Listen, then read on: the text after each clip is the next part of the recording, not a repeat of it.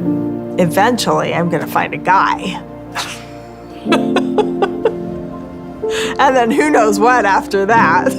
In one of the most shocking moments reality television has ever delivered, Meri Brown has stunned the world by officially marrying Henry William. This jaw-dropping twist has left fans in disbelief, while Kody Brown, the man who once claimed to be her eternal partner, was reduced to tears. As season 19 of Sister Wives continues to unfold, this wedding bombshell has shaken the very foundation of the Brown family. Viewers are now asking the burning questions. What does this mean for Meri's future, and how will Kody survive this crushing blow? Exclusive insider reports and leaked photos confirm that Meri's wedding was intimate but breathtaking.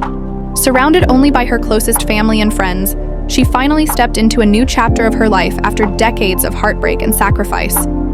Her new husband, Henry William, is no reality TV veteran, but a respected entrepreneur from Utah, known for his charitable work and calm, steady nature. Fans who have followed Meri's roller coaster journey with Kody can't stop buzzing about this unlikely match.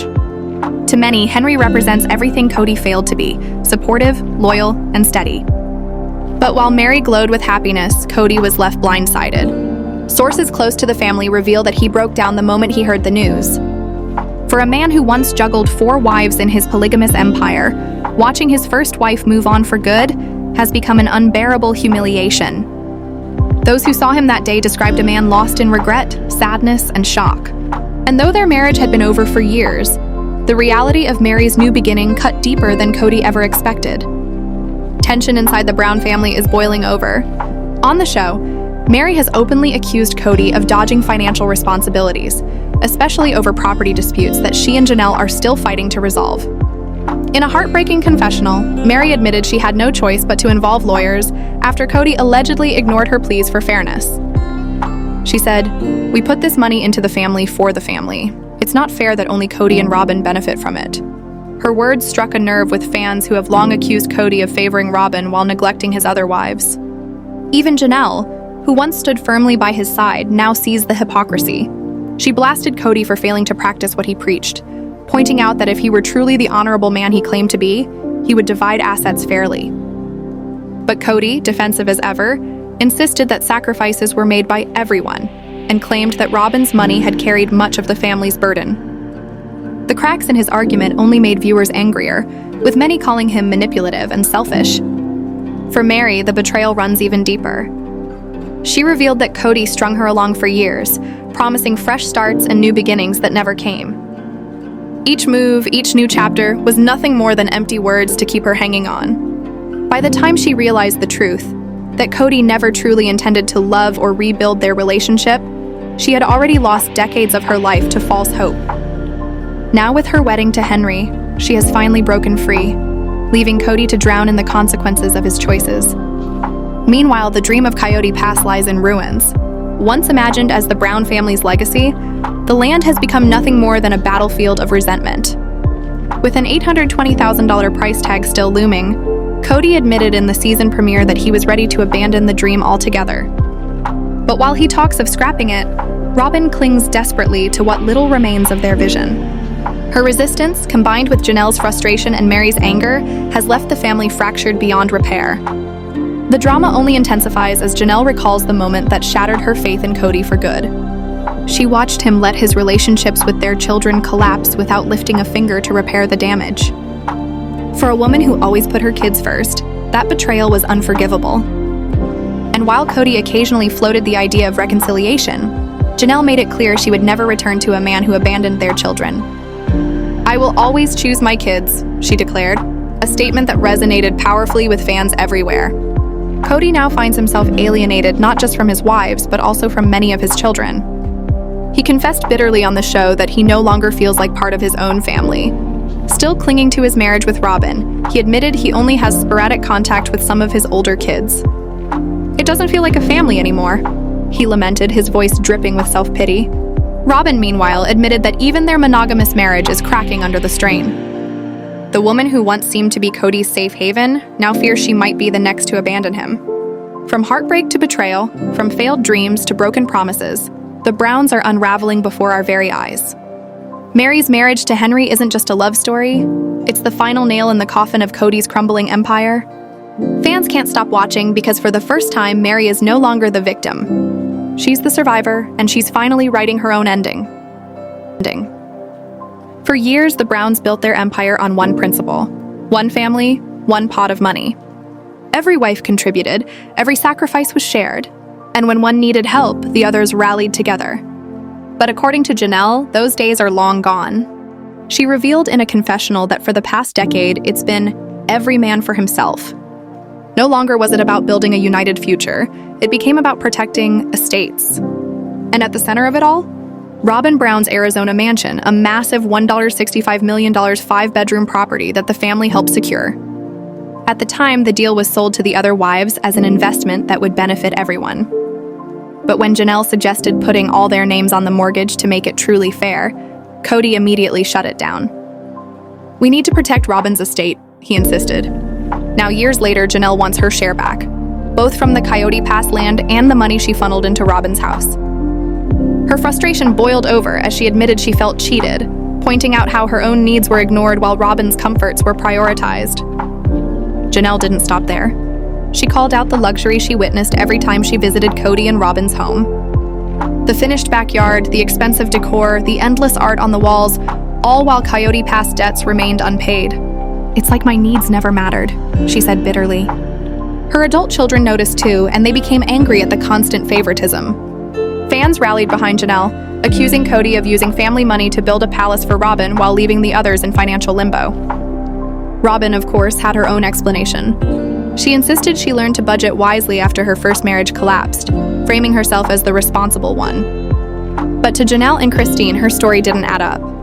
They saw how resources flowed to Robyn while their own sacrifices were overlooked. In their eyes, the so-called budgeting was nothing more than Kody bending the rules to protect his favorite wife. The divide between the wives is now impossible to ignore. Janelle and Christine focus on their children and grandchildren, meeting often and forming a tight-knit unit. Meanwhile, contact with Meri, Robyn, and Kody has all but disappeared. "I don't see that changing," Janelle admitted, her voice laced with sadness. Kody, however, sees things differently. In his version, the happiest time of his life was when the family lived together in Las Vegas, 4 homes side by side, with Maddie and Caleb always close by. He insists that it all fell apart only after the family moved to Arizona, blaming COVID restrictions and the wives' departures for his broken relationships. But Christine was quick to call out his revisionist history. "The kids were frustrated long before I left," she declared. "My leaving didn't destroy his relationships with them. He did that all on his own." Even now, Christine believes Kody could mend the damage with his kids if he truly tried, but Kody refuses to take accountability. "I'm not willing to accept blame for things my ex-wives are telling them," he snapped, choosing anger over reconciliation. His words painted a picture of a man too stubborn to heal the wounds he created. Meri, meanwhile, finally admitted her marriage to Kody had been miserable from the start. Married at just 19, she entered the union with hope. But Kody claimed he quickly discovered her baggage and felt trapped. He said every moment together was filled with tension, fights, and disappointment. Yet he couldn't walk away, not because of love, but because in their faith, asking for a divorce was forbidden. So he stayed, sending mixed messages for years, stringing Meri along with promises of reconciliation while secretly admitting he was never interested in saving the relationship. The final blow came when Meri asked their church for a release, a spiritual divorce, in late 2022. She no longer wanted to be bound to Kody for eternity when he had made it clear he didn't want her. But even then, Kody resisted. He refused to give the church authority over his marriage, saying he'd rather let Meri go quietly than bow to spiritual leaders. For Meri, it was the end of decades of humiliation. For Kody, it was just one more loose thread in a family unraveling at the seams. The fractures spread to the children, too. A 2021 holiday text thread about a simple gift exchange spiraled into a full-blown war, splitting the kids into 2 camps: Kody and Robyn's children on one side, Christine and Janelle's on the other. What should have been a moment of unity turned into proof that the family was beyond repair. Gabriel admitted he still longed for a connection with Robyn's children, recalling fond memories of spending time with Aurora and Dayton. But he wasn't optimistic, admitting his relationship with his father was already broken beyond recognition. Even Robyn's children, Aurora and Brianna, confessed that they never felt accepted as true siblings, despite Christine insisting she welcomed them wholeheartedly. The gap between what was offered and what was felt only fueled the growing resentment. And yet, in the midst of all this chaos, Janelle shocked fans with one admission. She would consider plural marriage again. For her, the independence it provided was valuable, as long as it functioned properly. "It gave me freedom," she said, describing it as an arrangement that worked when everyone pulled their weight. Kody, on the other hand, has completely soured on the lifestyle that once defined him. "Polygamy kills intimacy," he declared, vowing never to return to it. The man who once preached its virtues now admits it destroyed everything he ever had. The irony is bitter, the heartbreak unending, and the family bonds shattered. What once seemed like a grand experiment in love and faith has become nothing more than a battlefield of broken promises, financial feuds, and bitter regrets. From Janelle's perspective, the distance didn't happen overnight. It crept in slowly and then all at once. After the family left Las Vegas for Flagstaff in 2018, she says Kody found it easier to be away. She'd remind him to come by her house and he'd plead exhaustion, as if rest were only possible under Robyn's roof. For Janelle, that wasn't just scheduling friction, it was a message. The unspoken hierarchy had become painfully obvious, and the kids felt it too. Janelle recalls her children being scolded for something as small as opening Robyn's fridge, while Christine's kids say they simply watched their dad behave like a couple with Robyn, while he felt like a visitor everywhere else. Even Robyn admits the divide was real, insisting she and her kids struggled to be accepted by everyone but Meri. Gabriel, though, cuts through the politeness with something more brutal. He calls it a victim mindset. He says he and his siblings repeatedly tried to build bonds with Robyn's kids while watching their father prioritize one home over all others. If Robyn truly believes they mistreated her, he says, then there's nothing left to repair. That bitterness isn't theoretical. It's the residue of years where the man they called dad became a rotating guest who spent the most time where he felt most wanted. Janelle argues that's the hard math of plural marriage. Children learn early that dad won't always be there. But she also believes Kody and Robyn mismanaged the emotional fallout, building schedules around one child's sadness while expecting everyone else to simply cope. Amid the fractures, there were rare bright spots. Mykelti became one of the few bridges that connected both sides, close to Robyn early on. She asked Robyn to be present for the birth of her twins in November 2022. She says Robyn made her feel seen during a time she was still figuring out who she was.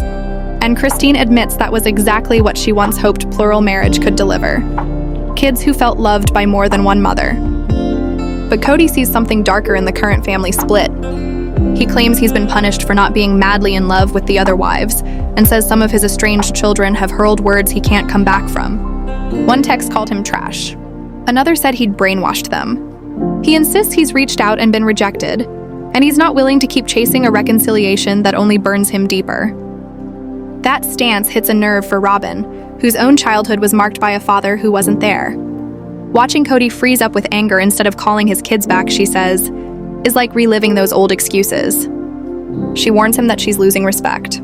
He admits he could do more, but says his heart is a wreck. He worries any conversation will explode the minute an accusation lands.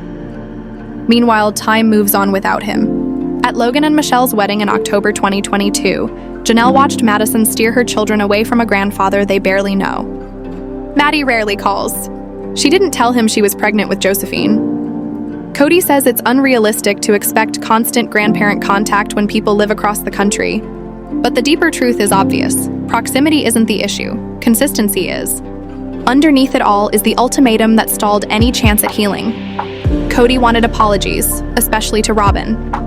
Janelle says the demand began with COVID-era disagreements and then morphed into loyalty tests. Gabriel remembers being told he owed his dad an apology. He flipped it back. If Kody wasn't ready to repair the relationship, then there was nothing to talk about. Days later, Kody texted, "I forgive you. Please forgive me." Gabriel's response was simple. "Forgive me for what?" That line says everything about the gap between their realities. As it stands, Kody only sees Savannah occasionally. She's learned to meet her father where he is and rely on her brothers to fill the space a dad once occupied.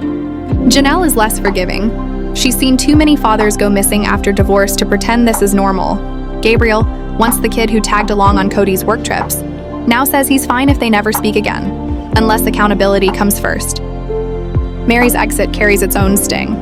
In late 2022, she requested a formal spiritual release, and while Kody hates the word abandonment, Meri says that's exactly what she lived through.